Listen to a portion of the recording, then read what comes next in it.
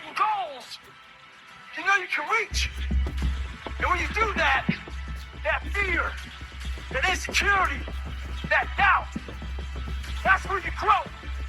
You must always set goals that you think you cannot achieve. And then there you get better. When that alarm clock goes off at 4 or 5 in the morning, your mind says no. You say, this is what we do. It's what we do now. Because to get to where you want to go, the amount of pain involved, the amount of mental pain, of how many times you're going to have to do something that you don't want to do to get to where you want to go. Every day, you must ask yourself, did I do enough? And then once you do this over and over and over again, it becomes like breathing. I don't want to live this lifestyle, but to get to the other side of this, I have to. So if you really want it, you realize what trying is and what trying is not.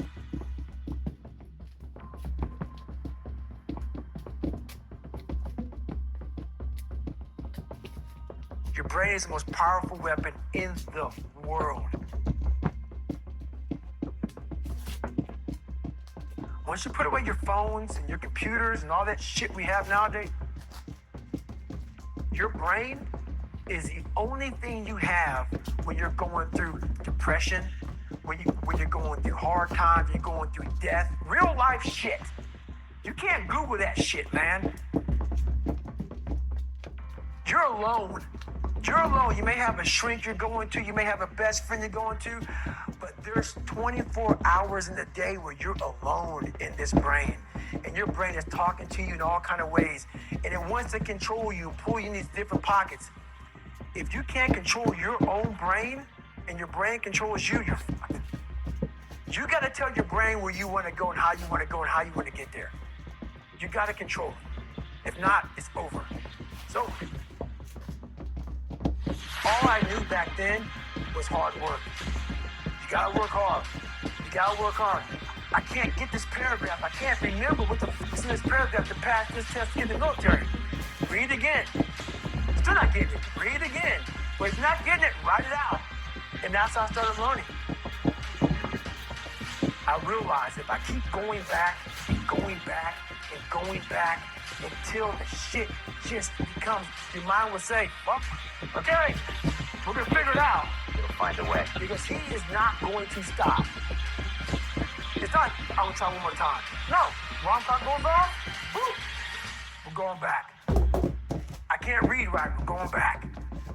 I gave myself no way out, and my mind realized that. It's okay, we're gonna adapt and overcome now. That was my mindset. And that's how you get through things. You put yourself, you immerse yourself wherever it is, and you become that. I became hell. And that became my new norm. I gave myself no way out. There was nothing outside these walls of hell. Nothing.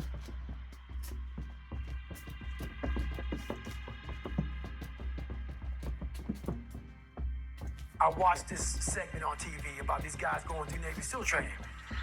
And I couldn't even, I wasn't a great swimmer. I was afraid of the water, all this crap, man. I saw these guys just quitting. But at the very end, it says 22 guys. This commanding officer's up there, and he gives this great speech. So I started visualizing me being the 23rd guy, sitting there with these guys. I said, man, if I could feel that, that would change my life. And what was that feeling you wanted so bad? Respect? No. Accomplishment? Victory. I wanted to win. Not like beat somebody else. It wasn't about that. I just wanted to go the distance. Everything in my life, when something got hard, I quit. I had to work harder than you, so I quit. Like, man, if I could just go that distance, that extra mile, to just go, it's just to finish. I want to finish. I want to feel victory. And victory for me wasn't winning, it was just finishing. So I said, you know what? If I could feel like these guys feel, it would change my life. And literally, I started feeling victory just by putting myself in the battle. I started realizing, man, just by going to war with myself every day, and putting these challenges and these goals and these obstacles, these insurmountable obstacles, now we can move from there. If you look at it as, man, I'm broken and I'm still here. And I'm fighting. I'm going to find a way to get through this because I have no other place to go. It gives you a lot of power. And no one really finds himself without going through trials, tribulations, suffering, accountability. And accountability is suffering. Being accountable every fucking day for doing right for yourself and the people next to you, it's miserable. The more I did this, the more I gained confidence. And then the more I gained confidence, the more I realized, fuck these Navy SEALs, man. These guys can't do what I'm doing right now. I had no coach, had no trainer, had no money. I didn't know how to lose weight. I had no knowledge of what I was doing. I was just working. I was just sacrificing. But I would have never found these tools if I didn't put myself in a very uncomfortable place. And your true self is found in that very uncomfortable zone. When you talk to people that went to SEAL training that didn't make it, most of the time, it's some reason. There's a medical reason, there's a family problem. There's very few people that look at you and say, oh, I quit because it sucked, which is what happens to the vast majority of people. The vast majority of people that don't make it through SEAL training, they didn't make it through because they quit. Your excuses will destroy you and take everything that you ever wanted from you, if you let them. When your excuses make you feel a little bit better about the fact that you didn't execute on what you needed to execute on, then they can make you feel better, but they're not helping you. They're not helping you at all. This went wrong, this failed, didn't accomplish this, and it's not the fault of my boss, it's not the fault of my girlfriend, it's not the fault of my parents, it's not the fault of the weather, it's my fault. And I'm gonna take ownership of it, and I'm gonna fix it. That's what extreme ownership is. Because when you look around at your life, and you look around at your job, and your financial situation, and your relationship, and your physical health, and when you look at all those things, and all the problems that you may have with those things, and you say, the reason I have all of those problems is because of me, that can hurt. That can sting.